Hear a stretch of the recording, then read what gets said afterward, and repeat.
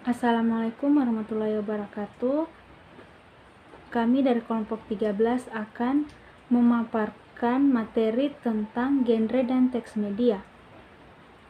Pada hari ini kami akan membahas 5 materi atau 5 pembahasan yang akan dibawa pada hari ini. Yang pertama yaitu pengertian genre, yang kedua genre dan internet, yang ketiga berita, yang keempat konsep teks, dan yang terakhir struktur berita. Tujuan kami membuat PPT atau makalah ini yang pertama yaitu memenuhi tugas komunikasi massa, yang kedua yaitu menambah wawasan, yang ketiga yaitu memberikan pengetahuan lebih kepada pembaca ataupun pendengar.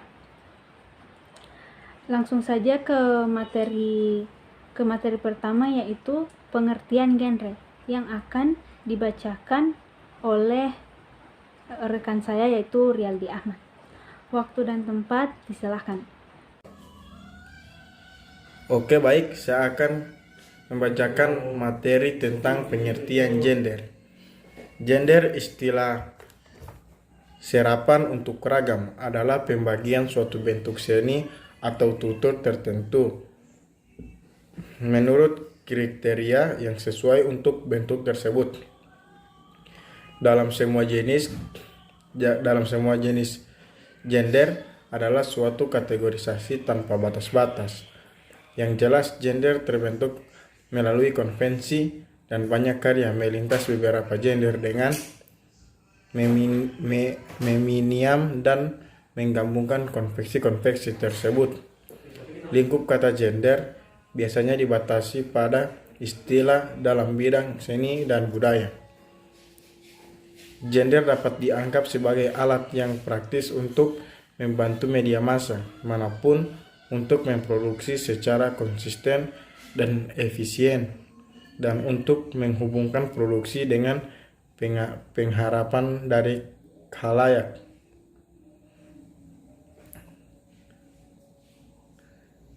Materi kedua, gender dan internet.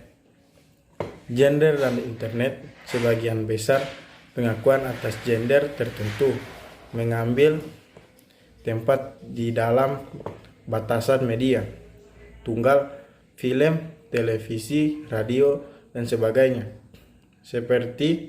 Sepertinya tidak ada penerapan konsep umum dari gender kepada internet, walaupun ada pengamatan yang dapat dibuat. Pertama, internet adalah panggung multimedia yang menyediakan alat untuk semua gender yang ada.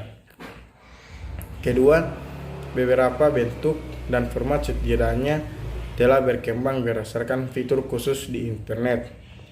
Hal ini termasuk berbagai bentuk papan buletin, forum, situs, jejaring sosial, beragam jenis, blog, dan situs jual beli.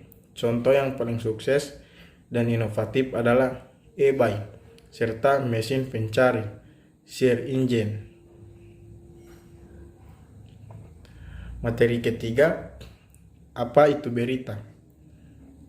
Berita adalah salah satu yang menurut para jurnalis sangat metafisika dan sulit dijawab kecuali berdasarkan intuisi, perasaan, dan penilaian dari dalam diri. Upaya untuk menjawabnya melalui analis konten media juga tidak terlalu menjelaskan sebetulnya bahwa kedua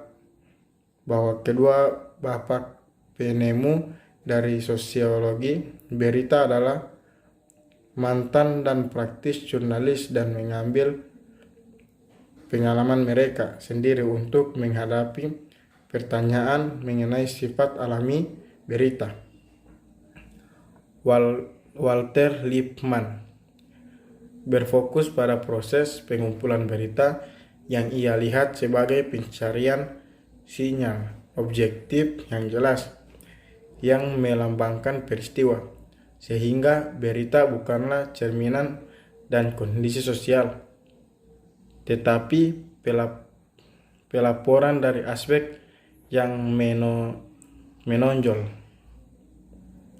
Baik, itulah yang saya bacakan dan saya kembalikan kepada moderator. Baik, untuk materi selanjutnya yaitu konsep teks. Nah, konsep teks atau istilah teks telah banyak digunakan dalam dua makna dasar. Satu yang merujuk pada pesan fisik itu sendiri secara umum, dokumen cetak, film, program televisi, skor musik, sebagaimana yang dijelaskan sebelumnya. Penggunaan alternatif yang direkomendasikan oleh Fiske adalah untuk menyediakan istilah teks bagi keluar yang bermakna dari pertemuan antara konten dan pembaca. Misalnya, program televisi menjadi sebuah teks pada saat pembacaan, yaitu ketika interaksi dengan dari banyak halaiknya mengaktifkan sejumlah makna kesenangan yang merangsang dari definisi ini. Dapat diketahui bahwa program televisi yang sama dapat memproduksi banyak teks yang berbeda dalam artian makna yang dicapai untuk merangkum poin ini. Fiske mengatakan pada kita bahwa sebuah program diproduksi oleh industri, sebuah teks oleh pembacanya. Hal ini penting dari perspektif ini untuk melihat bahwa produksi kata-kata berlaku pada aktivitas komunikator, massa, dan halayak. Untuk materi selanjutnya yaitu struktur berita. Jadi struktur berita itu ada terbagi menjadi dua, yaitu bias dan framing. Konten struktur berita yaitu bias dan framing. Yang pertama, satu kesimpulan yang umum dari banyak kajian konten adalah bahwa berita memperlihatkan pola umum yang cukup stabil dan dapat diperkirakan ketika diukur menurut kategori konvensional dari subjek masalah. Banyak alasan dari hal ini telah dibahas dalam hubungan dengan produksi berita dan dibahas dalam genre berita. Dibahas dalam konteks ini, banyak perhatian diberikan pada pernyataan mengenai bagaimana informasi berita ditampilkan atau diberikan kerangka. Altman pada tahun 1978 mengutip dari Gottman 1974 sebagai penggagas awal bahwa kerangka dibutuhkan untuk mengatur produk lain yang hubungannya dengan berita telah secara luas dan longgar digunakan dalam istilah, misalnya kerangka rujukan, konteks, tema, atau bahkan sudut pandang berita. Yang kedua yaitu framing. Framing adalah cara untuk memberikan penafsiran keseluruhan untuk mengisolasi fakta-fakta. Hampir tidak dapat dihindari oleh jurnalis untuk melakukan ini dan dengan demikian memisahkannya dari objektivitas yang murni dan memperkenalkan beberapa bias yang tidak disengaja. Ketika informasi dipasok kepada media berita oleh para sumber yang seringkali, maka informasi kemudian muncul dengan kerangka yang terbentuk yang sesuai dengan tujuan sumber dan tidak dapat murni objektif. Membedakan antara falsifikasi atau pemisahan yang disengaja, bias konten di mana realitas berita sepertinya mendukung satu sisi alih-alih yang lain dalam situasi konflik, dan bias pembuatan keputusan di mana motivasi dan pola pikir jurnalis tidak sengaja memiliki pengaruh. Baik, selanjutnya kami akan membuka sesi tanya jawab. Jadi di sini telah ada beberapa orang yang bertanya, yaitu yang pertama, apa perbedaan berita dan non berita atau artikel? Jadi langsung saja saya akan menjawabnya. Jadi perbedaan antara berita dan non berita itu, yang pertama, kalau berita itu yang pertama berita yang menginformasikan suatu peristiwa atau kejadian aktual. Contohnya seperti kecelakaan pesawat, kecelakaan mobil. Dan yang kedua, tidak ada analisis atas informasi yang disampaikan. Dan yang ketiga, dibuat oleh wartawan atau redaksi pengelola media.